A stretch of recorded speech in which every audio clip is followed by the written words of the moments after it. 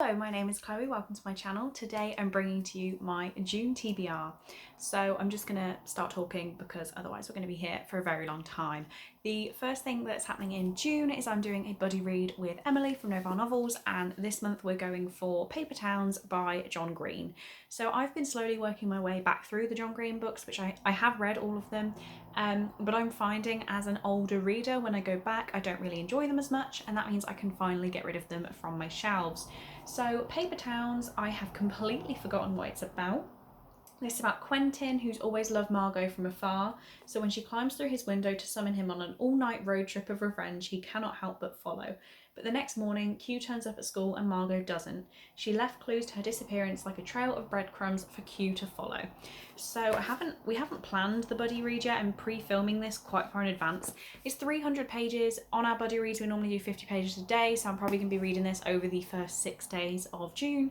That could change. We'll do whatever Emily wants, so I'll have to have a chat with her after this video. It's reminded me that I haven't done that yet. Next, the readathon I'm really excited to take part in is running for the whole month of June, and that is Septima's Selfcare Readathon. So this is being run by Sarah from Septima Snape, who I've met through the not the Owl's Magical Readathon, just the Magical Readathon.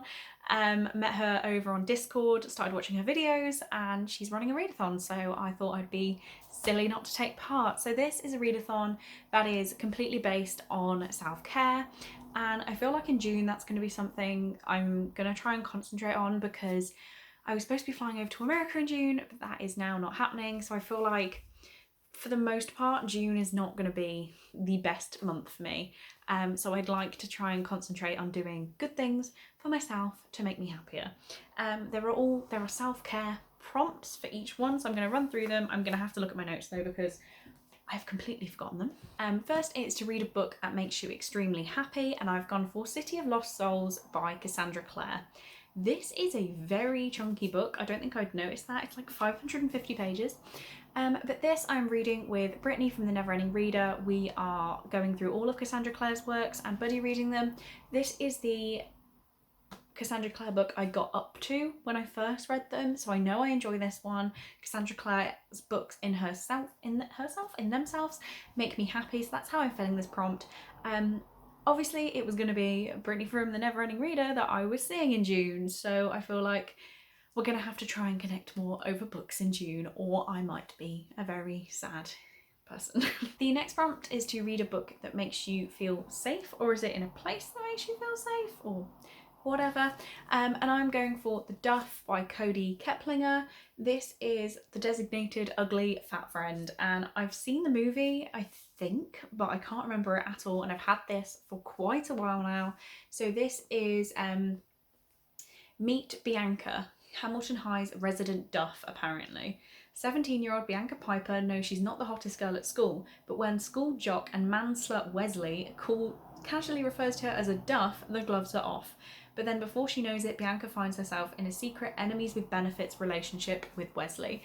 So yeah, now I've read that, I have seen the movie, and I can't wait to read this. It feels like just such a comfort read, just like a cheesy contemporary, and it's going to hopefully be an easy one. Next is to read a book in a genre that you thoroughly enjoy, and I've gone for The Boy Who Sneaks in My Bedroom Window by Kirsty Mosley. This is a YA romance.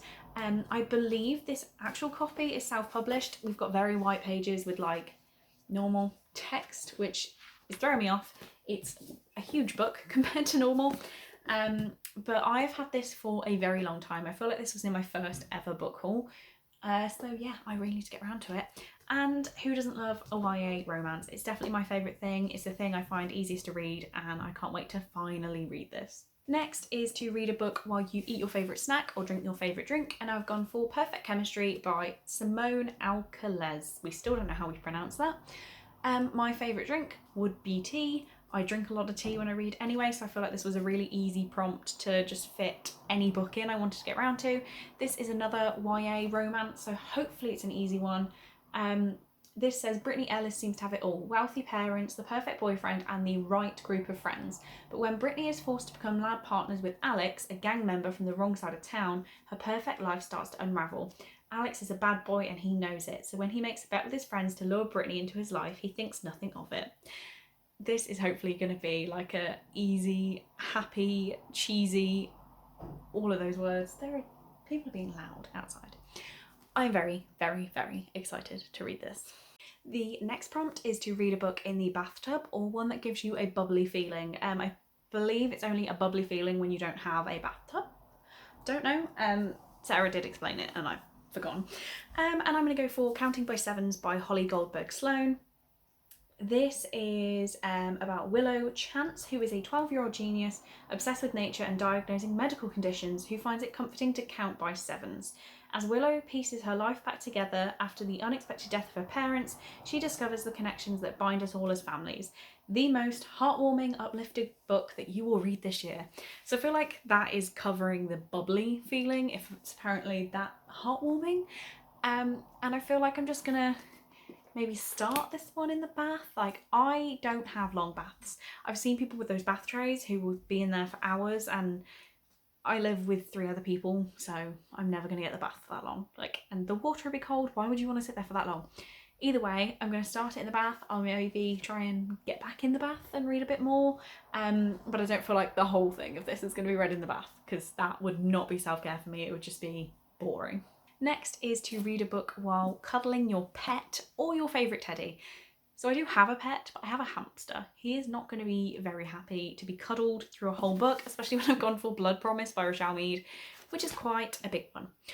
My favourite teddy is Lotso the strawberry bear from Toy Story. He actually smells like strawberries. I bought him in the Disney store.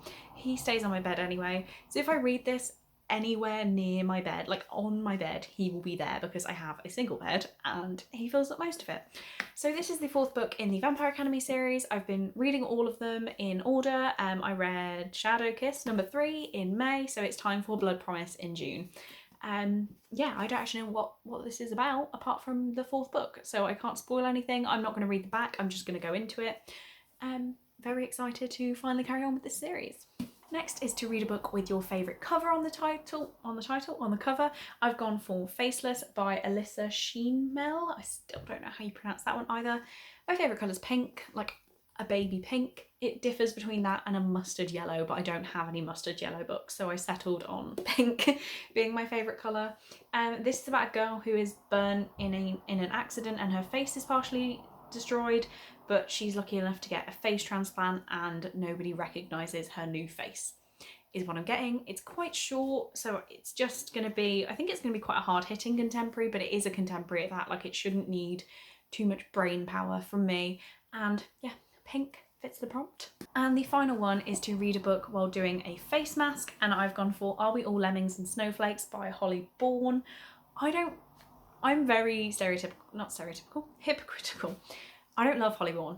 Every book I've read has not had more than 3 stars, I don't believe. I could be wrong.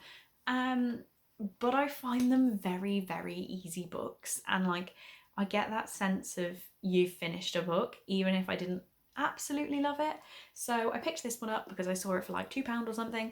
I have a lot of face masks, but I don't do them like as a normal routine. So I think I'm probably gonna start this book while doing a face mask and then continue it on.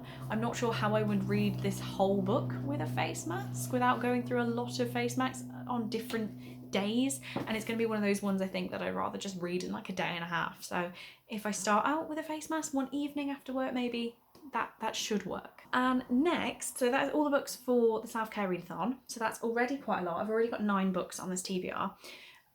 But Connor over at Connor, oh, he's changed his name. What is it? I'll link it. He was Connor Booktube. Connor, I don't know. He changed his name like literally a few days ago. Sorry, Connor. It's Connor. He has announced Galleyathon, which is happening. I'm not sure of the exact, really I should have done more research. But basically he's announced a readathon where we get through our Netgalley TBRs. I only have 6 books on my Netgalley TBR, which I'm quite happy with. But I think him just announcing this readathon made me realise that I do need to get round to those books someday. So I made a list of all of my arcs on Netgalley, and I maybe might try and read them in that week. maybe. But I think it's just going to be nice to have like something in the back of my head telling me to read my Netgalley books in June. So I'm going to try and engage in that readathon as much as possible, but I'm not going to commit fully to it because I'd already committed to Sarah's readathon. So I'm not going to give a description for these books, just how long they've been on my Netgalley TBR maybe. The longest one, the one that's been the longest, is Dorothy in the Land of Monsters by Galleyathon. I don't know how we say that. So I got this in on the 14th of October and it came out on the 11th of October. So I did get it when it had already been published. I'm pretty sure an email went around to say like happy book birthday and I requested it. Yeah, it seems to be some sort of Wizard of Oz retelling. The next one is Grace is Gone by Emily Algar, which I got on the 12th of November and it came out on the 20th of February. So I had it a long time before it was released and never picked it up. So still don't know what it's about. It's some sort of thriller, I think. Next I have A Bit of a Stretch by Chris Atkins. I got this on the 15th of November and it came out on the 6th of February. So again, one that I had quite a while, like a ways before its publication. It is some sort of prison memoir. Yeah, we'll say that. Next is one I don't remember requesting, so I don't know why I would have. That is The Outcrowd by Michael Kirby, which I got on the 2nd of March and it came out on the 1st of May. So again, I had time. When I got this one, like it didn't even have reviews on, well, it didn't exist on Goodreads. So I'm not filled with confidence about this book, especially by the look of the cover, which I know is really harsh, but I don't remember requesting it. I must have done. I'm gonna give it a go. Yeah, let's just do it. So now I have two I'm actually really excited for and I requested these in the last couple of days. The first one being The Summer of '98 by Tay Marley. So I requested this on the 13th of May and it doesn't come out till the I got it on the 13th of May. It doesn't come out till the 21st of July. So I'm definitely going to read that. Like, I want to read it before it comes out. I'm going to leave a proper good review. This is me holding myself accountable to that. And the next one and last one being The Year Shakespeare Ruined My Life, by Danny Jensen, which I got on the 13th of May, and it doesn't come out till the 22nd of September. So I am going to read that book before it comes out, so help me God. Those are all the books that I'm planning to read in June. I was watching G from Book Roast and Jay from JD Rees, that was a mouthful, live stream last night, and G mentioned a potential short magical readathon thing in June, so that could really screw up these books. But I'm glad to have got some sort of TBR out there. I pre-film my videos quite a lot just because in today's world I'm really struggling to stay motivated to film. So when I'm having a day where I want to film, I like to get a lot of videos done. So yeah, this is pre-filmed, and if she announces something that needs to change my TBR, then I'm not going to redo this video. You'll just see what happens in my June wrap-up, I guess. So that is all from me today. Thank you very much for watching this video. I really do hope you enjoyed it, and I will see you in the next one.